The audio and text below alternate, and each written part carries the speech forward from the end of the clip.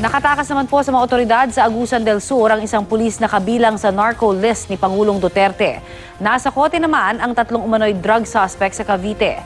Ang maiinit na balitang probinsya, hatid ni Katrina Son.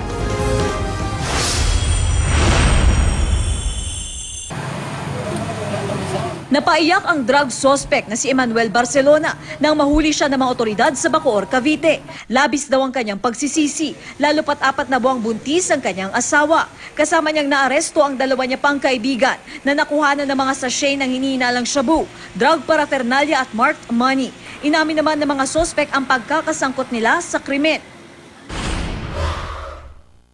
Hindi na naabutan ng Philippine Drug Enforcement Agency o PDEA ang target sana ng kanilang operasyon na si SPO1 Azul Labicane Torillo sa Rosario, Agusan del Sur. Si Torillo ay kabilang umano sa narco list ng Pangulong Duterte at itinuturing ding high-value target. Nadatna ng mga otoridad ang asawa niyang kagawad na kasama naman sa drugs watch list ng Rosario PNP. Naaresto siya matapos makuha ang nasa mahigit 100,000 pisong halaga ng hinihinalang shabu, mga drug paraphernalia at wallet ni SPO1 Torillo.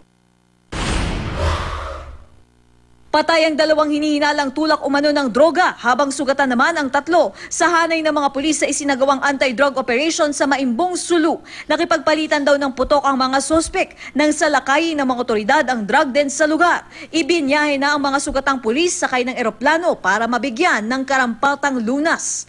Katrina Son, GMA News.